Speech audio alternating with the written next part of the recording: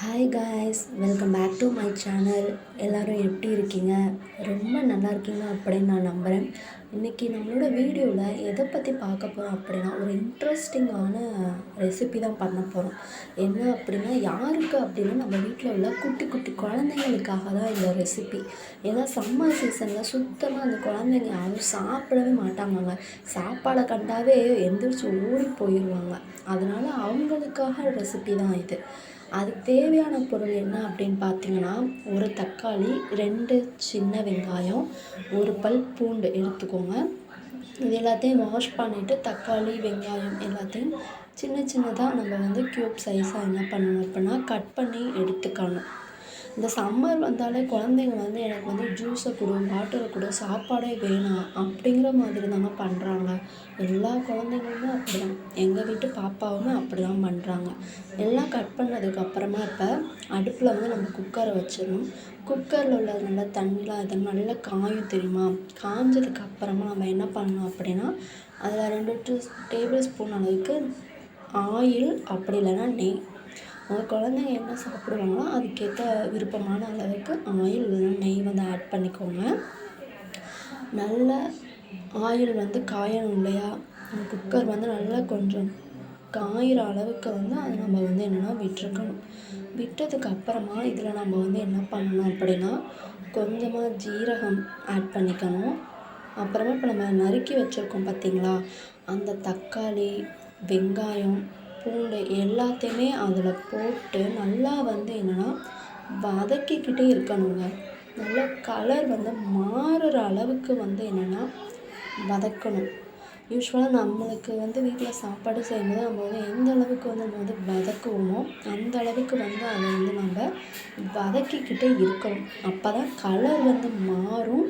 அந்த காரமும் என்னென்னா கம்மியாகும். ஏன்னா வெங்காயம் நம்ம ஆட் பண்ணியிருக்கோம்.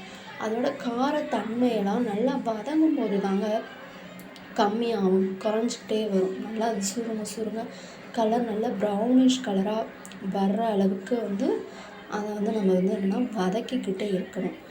நம்ம எப்போதுமே பாசிட்டிவ் மைண்டோட தாங்க இருக்கணும். இப்போ ஒரு விஷயம் செய்கிறோம் அப்படின்னா இதை நம்மளால் முடியும், செஞ்சு முடிக்க முடியும் நம்மளால், அப்படிங்கிற ஒரு மைண்ட் செட் நம்ம எல்லாருக்கிட்டையுமே என்னென்னா இருக்கணும். ஏன்னா சில பேர் சொல்லுவாங்க, நீலாம் ஏன் இது பண்ணுற, உன்னாலலாம் இதெல்லாம் பண்ணவே முடியாதும்பாங்க. ஆனால் அப்படி சொல்கிறவங்களுக்கு மத்தியில் நம்ம என்னாலையும் முடியும் அப்படிங்கிறத நம்ம தைரியமாக செஞ்சு காமிக்கணுங்க. இப்போ சைடு இது நல்லா வதங்கிக்கிட்டு இருக்குது, பார்த்தாலே தெரியுது. இது பண்ணிகிட்ருக்கும்போது நம்ம என்ன பண்ணோம்னா, இன்னொரு சைடு ஒரு பவுலில் நம்ம பாப்பாங்கலாம் எவ்வளோ சாப்பிடுவாங்களோ அந்தளவுக்கு தேவையான அரிசி, சிறுபருப்பு 2த்தையும் எடுத்துக்கோங்க. எடுத்துக்கிட்டு அது எல்லாமே நல்லா வாஷ் பண்ணி வச்சுக்கணும். ஒரு 2-3 டைம்ஸ் கூட வாஷ் பண்ணிக்கோங்க. ஏன்னா குழந்தைங்க சாப்பிட்றது இல்லையா? அதனால நம்ம நல்லாவே அதை என்னென்னா வாஷ் பண்ணி எடுத்து வச்சுக்கணும். ஒரு சைடு அதை வச்சுக்கணும். அப்புறம் வீட்டில் உள்ள பெரியவங்களாம் சொல்லுவாங்க, நீ எல்லாம் எதுக்குப்பா இதெல்லாம் பண்ணுற, வேணாம்ப்பா விட்டுரு. அதெல்லாம் கேட்காதீங்க. நம்ம மைண்டுக்கு எது சரின்னு தோணுதோ, இல்லை நம்ம இதை செஞ்சால் நம்ம கரெக்டாக இருக்கும் அப்படின்னு நமக்கு படுதோ அதை நம்ம கண்டிப்பாக யார் எது சொன்னாலும் கேட்கக்கூடாது. கண்டிப்பாக நம்ம செஞ்சோம். இப்போ அரிசி பருப்பு பவுலில் வச்சுருக்கோம் பார்த்தீங்கன்னா, அதை இதில் ஆட் பண்ணிக்கணும். ஆட் பண்ணிவிட்டு இதே ஒரு 2-3 நிமிட்ஸ் நம்ம என்னென்னா வதக்கிக்கிட்டே இருக்கணும்.